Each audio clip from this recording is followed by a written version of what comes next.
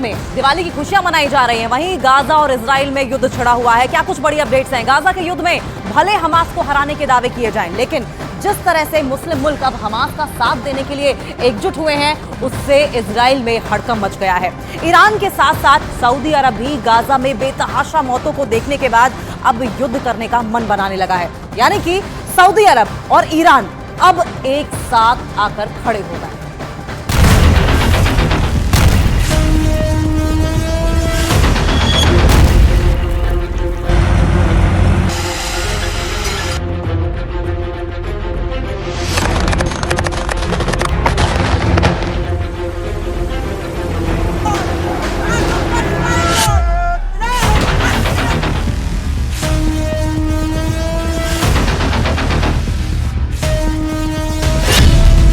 रहा है हमास मुस्लिम देशों की गुप्त बैठक।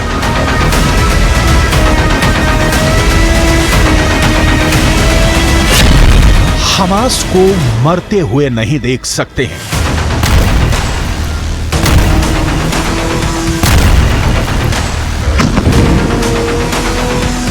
गाजा को नक्शे से मिटते हुए नहीं देख सकते हैं।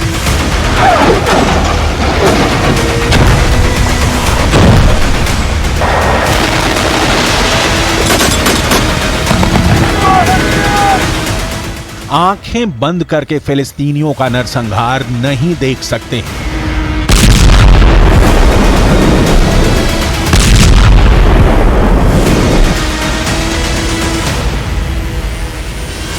इजराइल मान जाओ, वरना दुनिया के नक्शे से मिटा देंगे।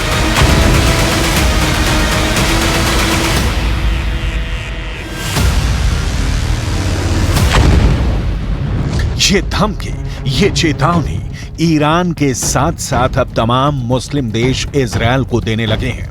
जंग के 1 महीने बाद 57 मुस्लिम देशों का गुस्सा 7वें आसमान पर पहुंच चुका है। 12,000 से ज्यादा लोग गाजा युद्ध में मारे जा चुके हैं। गाजा पट्टी की 45% या कहें कि लगभग आधी इमारतें पूरी तरह से तबाह और बर्बाद हो चुकी हैं। लेकिन इस दौरान एक भी मुस्लिम देश ने इजराइल पर सीधा हमला नहीं किया। लेकिन अब ऐसा लग रहा है कि ईरान के साथ साथ कई मुस्लिम देश इजराइल से सीधी जंग का मन बना चुके हैं। गाजा युद्ध अब धर्म युद्ध की तरफ बढ़ चुका है। इजराइल की खुफिया एजेंसी मोसाद और अमेरिका की खुफिया एजेंसी CIA को इनपुट मिले हैं कि ईरान के कहने पर सऊदी अरब में इजराइल के खिलाफ जंग करने के लिए गुप्त मीटिंग हो रही है।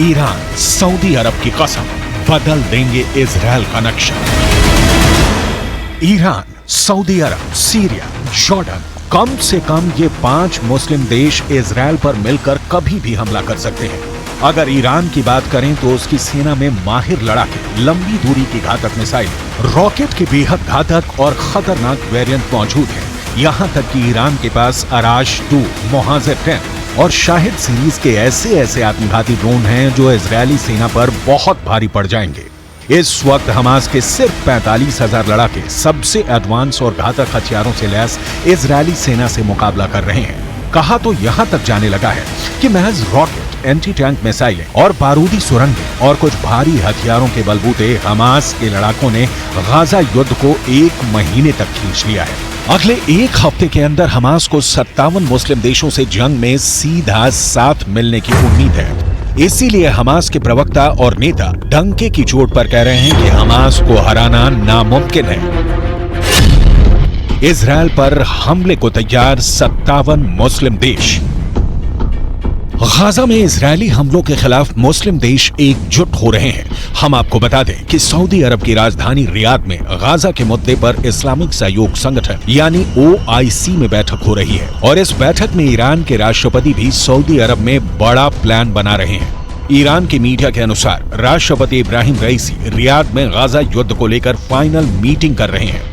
OIC की बैठक में गाजा संकट पर चर्चा हुई है और OIC की इस बैठक को लेकर ईरान कितना गंभीर है इसका अंदाजा इसी बात से लगाया जा सकता है कि ईरान ने अपने विशेषज्ञों की एक टीम रियाद पहले ही भेज दी थी। सऊदी अरब में ईरान के राजदूत अली रेजा इनायती ने OIC की इस बैठक को खास बताया और कहा कि ये बैठक विभिन्न इस्लामिक देशों द्वारा सुझाए गए प्रस्तावों के आधार पर गाजा युद्ध में इजरायल के खिलाफ एक्शन लेगी।